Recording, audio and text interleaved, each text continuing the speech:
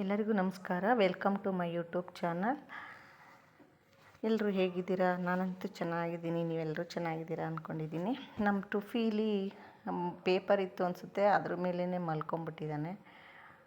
ಬೇರೆ ಕಡೆ ಬೇರೆ ಒಂದು ಬೆಡ್ಶೀಟ್ ಹಾಕಿ ಇಟ್ಟಿದ್ದೀನಿ, ಅದ್ರ ಮೇಲೆ ಮಲ್ಕೊಳ್ಳೋದು ಬಿಟ್ಟು ಇಲ್ಲಿ ಪೇಪರ್ ಇತ್ತು ಕೆಳಗಡೆ ಹಾಸ್ಕೊಂಡು ಅದನ್ನೇ ಅದ್ರ ಮೇಲೆ ಮಲ್ಕೊಂಡ್ಬಿಟ್ಟಿದ್ದಾನೆ. ಮಳೆ ಬೇರೆ ಬರ್ತಾ ಇದೆ, ಬೆಳಗ್ಗೆನೇ ಮಳೆ ಶುರುವಾಗ್ಬಿಟ್ಟಿತ್ತು. ಆ ಮಳೆಲೂ ನೆನೀತಾ ಕೂತಿದ್ದಾನೆ, ಇಲ್ಲೇ ಕೂತಿದ್ದಾನೆ ಮನೆ ಮುಂದೆನೇ. ಯಾಕಪ್ಪ ಇವನು ಮನೆ ಮುಂದೆನೇ ಹಿಂಗೆ ಕೂತಿರ್ತಾನೆ ಅಂದರೆ, ನಮ್ಮ ರಾಕಿ ಮನೆ ಒಳಗಡೆ ಇದ್ದಾನಲ್ಲ, ಅವ್ನಿಗೇನೋ ಕೊಟ್ಬಿಡ್ತಾರೆ, ನನಗೇನು ಕೊಡದೆ ಅನ್ನೋ ಒಂದು ಇದಕ್ಕೆ ಹಿಂಗೆ ಕೂತಿರ್ತಾನೆ. ಹೋಗಿ ಮಳೆ ಬರ್ದಿರೋ ಜಾಗದಲ್ಲಾದರೂ ಮಲ್ಕೊಳ್ಳೋದಿಲ್ಲ. ನಮ್ಮ ಟುಫಿ ರಾಕಿನ ಒಳಗಡೆ ಕಟ್ಟಾಕಿದ್ದೀನಿ, ಮಳೆ ಬರ್ತಾಯಿತ್ತು ಅಂತ. ಅವನು ನಾನು ಹೋಗೋ ಬರೋದು ಆ ಕಡೆ ಈ ಕಡೆ ತಿರ್ಕೊಂಡು ನೋಡ್ತಾ ಇದ್ದ. ಅದಕ್ಕೆ ಸುಮ್ಮನೆ ಆ ಕಡೆ ನೋಡ್ತಾ ಕೂತ್ಕೋ ಅಂತ ನಾನು ಕತ್ತನ್ನ ಆ ಕಡೆ ಇಟ್ಟೆ. ಹಂಗೂ ಅವನು ಈ ಕಡೆಗೇ ನೋಡ್ತಾ ಇದ್ದ. ಇವನು ಒಳಗಡೆ ಮಳೆ ಬರ್ತಾಯಿದೆ ಅಂತ ಒಳಗಡೆ ಕಟ್ಟಾಕಿದ್ವ, ಅವನು ಹೊರಗಡೆ ನೆನೀತಾ ಹೊರಗಡೆ ಕೂತಿದ್ದಾನೆ. ಇವು ನಾನು ಬಸ್ ಹತ್ತನ ಅಂತ ಬಸ್ ಸ್ಟಾಪಲ್ಲಿ ಕೂತಿದ್ದೆ, ಕೆಲಸ ಮುಗಿಸಿ ಮನೆಗೆ ಹೋಗ್ಬೇಕಾದ್ರೆ. ಆವಾಗ ಹಸುಗಳು ಒಯ್ತಾ ಇತ್ತು, ಅದಕ್ಕೆ ನೋಡೋಣ ಚೆನ್ನಾಗಿತ್ತು ಅಂತ ವಿಡಿಯೋ ಮಾಡ್ಕೊಂಡೆ. ನನ್ನ ಮಗ ಇಲ್ಲಿ ಫೇಸ್ ವಾಶ್ ತೊಗೋಬೇಕು ಅಂತ ಮೆಡಿಕಲ್ ಸ್ಟೋರಿಗೆ ಬಂದಿದ್ದ, ಅದಕ್ಕೆ ಫೇಸ್ ವಾಶ್ ತೊಗೊಳೋಣ ಅಂತ ತಗೊಂಡು, ಮತ್ತು ಹಣ್ಣು ಬೇಕಿತ್ತು ಅಂತ ಅದಕ್ಕೆ ಅಲ್ಲೇ ಪಕ್ಕದಲ್ಲೇ ಹಣ್ಣು ಅಂಗಡಿ ಇತ್ತು, ಅಲ್ಲೋಗಿ ಹಣ್ಣೆಲ್ಲ ತೊಗೋತಾ ಇದ್ವಿ. ಹಣ್ಣೆಲ್ಲ ಫ್ರೆಶ್ ಆಗಿತ್ತು, ಚೆನ್ನಾಗಿತ್ತು. ಸೇಬು ಮತ್ತು ದಾಳಿಂಬೆ ಎಲ್ಲ ಸ್ವಲ್ಪ ಫ್ರೆಶ್ಶಾಗಿ ಬಂದಿತ್ತು, ಚೆನ್ನಾಗಿತ್ತು.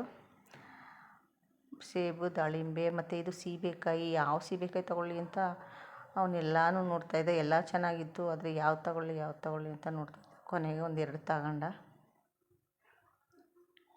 ಹಣ್ಣಂತೂ ಚೆನ್ನಾಗಿದೆ, ಎಲ್ಲ ಹಣ್ಣುಗಳು ಇತ್ತು ಇಲ್ಲಿ.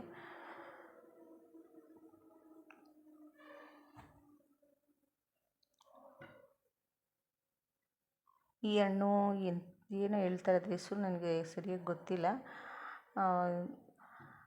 ಏನೋ ಹೆಸರು ಹೇಳ್ತಾರೆ ಅದಕ್ಕೆ. ಮತ್ತು ಇದು ಜೋಳ, ಇದ್ರೂ ಒಂದೆರಡು ಜೋಳದ ಪ್ಯಾಕೆಟ್ ತಗೊಂಡ, ಎರಡು ಅದು ತಗೊಂಡು ಮನೆಗೆ ಬಂದ್ವಿ.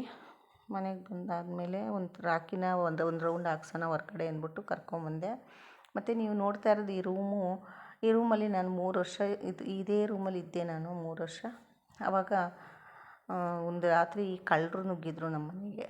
ಕಳ್ಳರು ಬಂದಿದ್ದರು. ಇಲ್ಲಿ ಈ ಜಾಗ ಇದೆ ನೋಡಿ, ನೀವು ನೋಡ್ತಾ ಇದ್ದೀರಲ್ಲ, ಇಲ್ಲಿ ಗಂಧದ ಮರ ಇತ್ತು, ಒಂದು 3 ಗಂಧದ ಮರ ಇತ್ತು. ಅರ್ಧ ಕಟ್ಟಾಗಿದೆ ನೋಡಿ, ಅಲ್ಲಿ ಗಂಧದ ಮರ ಇತ್ತು. ಆ ಗಂಧದ ಮರ ತಗೊಂಡೋಗೋಕ್ಕೆ ಅಂತ 4 ಗಂಟೆ ರಾತ್ರಿ, ಬೆಳಗಿನ ಜಾವ 4 ಗಂಟೆ ರಾತ್ರಿಲಿ ಬಂದು ಮರ ಕುಯ್ತಾ ಇದ್ದಾರೆ.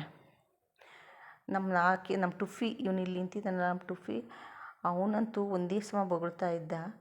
ನಾನು ನನ್ನ ಮಗ ಅದೇ ರೂಮ್ ಒಳಗಡೆ ಮಲಗಿದ್ವಿ. ಇವನು ಒಂದೇ ಸಮ ಬೊಗಳ್ತಾ ಇದ್ದ. ನಾನು ಯಾರೋ ಏನೋ ಅಂದ್ಬಿಟ್ಟು ಬಾಗಿಲು ತೆಗೆದು ಅಲ್ಲಿ 3 ಜನ ಗಂಧದ ಮರನ ಕುಯ್ತಾ ಇದ್ದಾರೆ. ಇನ್ನೊಬ್ಬ ಈ ನಾಯಿನ ಓಡಿಸ್ತಾ ಇದ್ದಾನೆ. ನಾನಂತೂ ಸಡನ್ನಾಗಿ ನೋಡ್ಬಿಟ್ಟು ಬಾಗಿಲು ಹಾಕ್ಕೊಂಬಿಟ್ಟೆ ಹೆದ್ರುಕೊಂಡು. ಆಮೇಲೆ ಪಕ್ಕದ ಮನೆಯವ್ರಿಗೆಲ್ಲ ಫೋನ್ ಮಾಡಿದೆ. ಅವ್ರು ಹೊರಗಡೆ ಬರೋಕ್ಕೆ ಹೋಗಬೇಡ ನೀನು, ಸುಮ್ಮನೆ ಇರು ಅಂತೇಳಿ ಅವರು ಆ ಕಡೆಯಿಂದ ಕೂಗಿದ್ಮೇಲೆ ಅವರು ಸೌಂಡ್ ಜೋರಾಗಿ ಕೂಗ್ಕೊಂಡ್ಮೇಲೆ ಅವ್ರು ಬಿಟ್ಟು ಹೊರಟೋದ್ರು. ಅದೆಲ್ಲ ಆಗಿತ್ತು ಅಲ್ಲಿ. ನಿಜವಾಗ್ಲೂ ಇಷ್ಟು ಭಯ ಆಗಿತ್ತು ಅವತ್ತಂತೂ ಅಂದರೆ. ನನ್ನ ಮಗ ಬೇರೆ ಮಲ್ಗವನು, ಅವ್ನು ಏಳ್ಸೋಕ್ಕೂ ಭಯ. ಯಾಕಂದರೆ ಅವ್ನು ಅಕಸ್ಮಾತು ಹೊರಗಡೆ ಬಾಗಿಲು ತಗೊಂಡು ಹೊಂಟೋದ್ರೆ ಏನು ಮಾಡೋದು? ಅವರೆಷ್ಟು ಜನ ಇದ್ರಲ್ಲ, ಅದಕ್ಕೋಸ್ಕರ ಅವ್ನು ಏಳ್ಸೋಕ್ಕೆ ಹೋಗಿರಲಿಲ್ಲ ನಾನು. ಇಲ್ಲಿ ನಾನು ಬೆಳಗ್ಗೆ ತಿಂಡಿಗೆ ಬಿಸಿಬೇಳೆಭಾತ್ ಮಾಡೋಣ ಅಂತ ರೆಡಿ ಮಾಡ್ತಾಯಿದ್ದೀನಿ. ನಾನು ಬಿಸಿಬೇಳೆಭಾತ್ ಪುಡಿನ ಮನೆಯಲ್ಲೇ ಮಾಡ್ಕೊತೀನಿ. ನಾನು ಪ್ಯಾಕೆಟ್ ಏನು ಇದರಿಂದ ಅಂಗಡಿಯಿಂದ ತರೋಕ್ಕೆ ಹೋಗಲ್ಲ, ನಾನೇ ಎಲ್ಲ ರೆಡಿ ಮಾಡ್ಕೊತೀನಿ ಬಿಸಿಬೇಳೆಭಾತ್ಗೆ.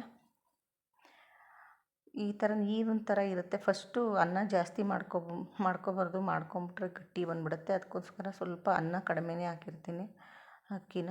ಅಂದರೆ ನಾನು ಅನ್ನ ಬೇರೆ ಬೇಯಿಸಿ ತರಕಾರಿ ಎಲ್ಲ ಬೇಯಿಸ್ಕೊಂಡು ಬೇರೆ ಇಟ್ಟು ಸಪ್ರೇಟ್ ಬೇಯಿಸ್ಕೊಂಡು ಅನ್ನ ಎಷ್ಟು ಬೇಕು ಅಷ್ಟು ಮಾತ್ರ ಮಿಕ್ಸ್ ಮಾಡ್ಕೊತೀನಿ. ಇದು ಕುದೀತಾ ಅದೇ ಗಟ್ಟಿಯಾಗುತ್ತೆ. ಅದಕ್ಕೋಸ್ಕರ ನಾನು ಸ್ವಲ್ಪ ನೀರಿನ ಥರನೇ ನೀರನ್ನೇ ಜಾಸ್ತಿ ಹಾಕ್ಕೊಂಡಿರ್ತೀನಿ. ಈಗ ಕುದೀತಾ ಇದೆ. ಇದಕ್ಕೆ ತರಕಾರಿ ಕ್ಯಾರೆಟು, ಬೀನಿಸು ಮತ್ತು ಗೆಡ್ಡೆಕೋಸು ಅದೆಲ್ಲ ತಂದಿದ್ದೆ, ಅದೆಲ್ಲನೂ ಹಾಕಿದ್ದೀನಿ.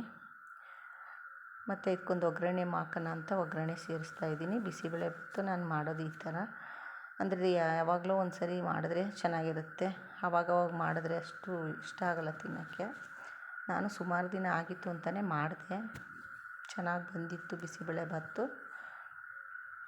ನೋಡಿ ಕುದೀತಾ ಅದು ಮಾಮೂಲಿ ಬಿಸಿಬೇಳೆಬಾತು ಕುದೀತಾ ಕುದೀತಾ ಈ ಥರ ಆಗಿರುತ್ತೆ, ಸರಿಯಾದ ಇದಕ್ಕೆ ಅದಾಗಿರುತ್ತೆ.